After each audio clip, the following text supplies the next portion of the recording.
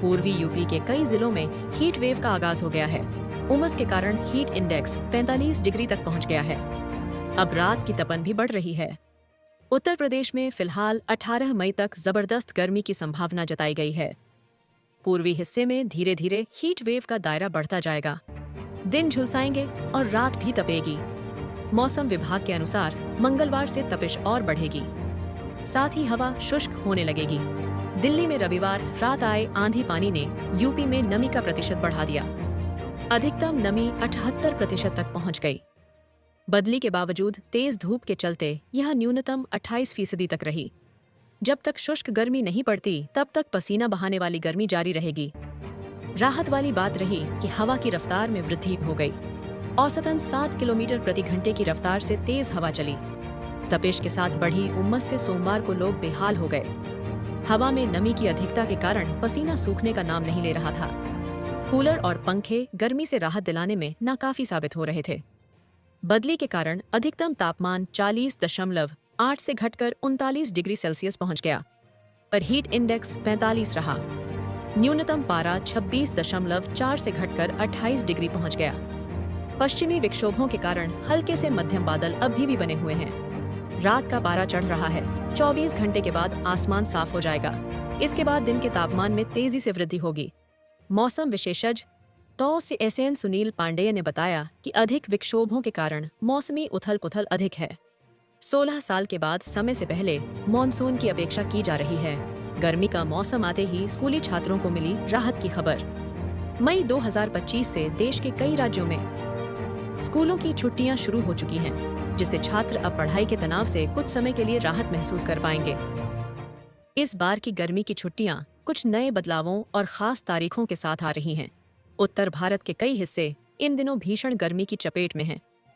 भारतीय मौसम विभाग IMD ने उत्तर प्रदेश के पूर्वी और तराई क्षेत्रों के लिए गंभीर चेतावनी जारी की है।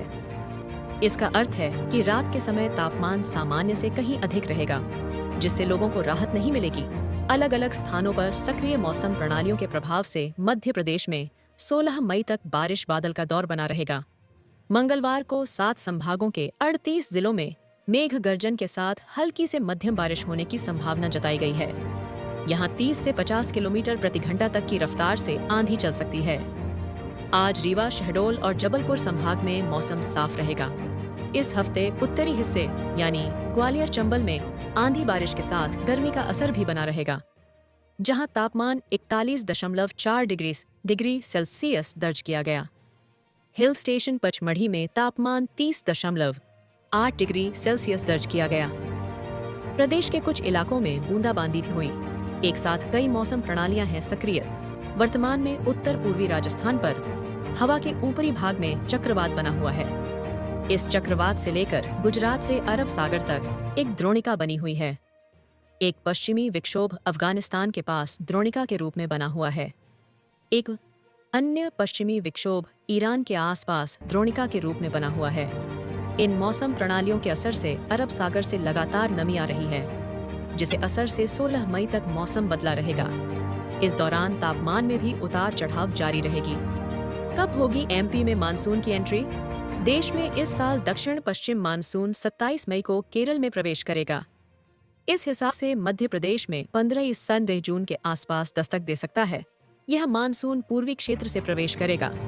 चूंकि केरल में पहुंचने के बाद प्रदेश में मानसून को पहुंचने में 15 से 18 दिन लगते हैं। इस बार मानसून सामान्य से अधिक रहने की उम्मीद है। बीते 2 दिनों से यूपी के पूर्वी और पश्चिमी दोनों संभागों में तापमान चढ़ने के साथ ही गर्मी का प्रकोप बढ़ा है। दोपहर की रूखी हवाओं और तपिश भरी गर्मी से लोग बेहाल हैं।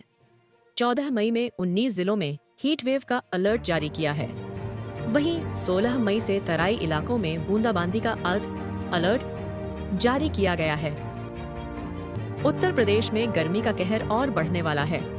मौसम विभाग ने 14 मई से प्रदेश के पूर्वी और तराई इलाके के 19 जिलों में लू के थपेड़े चलने की चेतावनी जारी की है। इस बदलाव से प्रदेश के बाकी हिस्सों के भी लू के चपेट में आने का पूर्वानुमान है। आंचलिक मौसम विज्ञान केंद्र लखनऊ के वरिष्ठ वैज्ञानिक अतुल कुमार सिंह ने बताया कि आने वाले 3-4 दिनों में तापमान में 5 से 6 डिग्री की बढ़ोतरी होगी। इसके साथ ही प्रदेश के पूर्वी तराई हिस्सों में 14 मई से लू चलने की संभावना है। इसके बाद लू का प्रसार प्रदेश के बाकी हिस्सों तक पहुंचेगा। 16 मई से तराई में बूंदाबांदी का अलर्ट।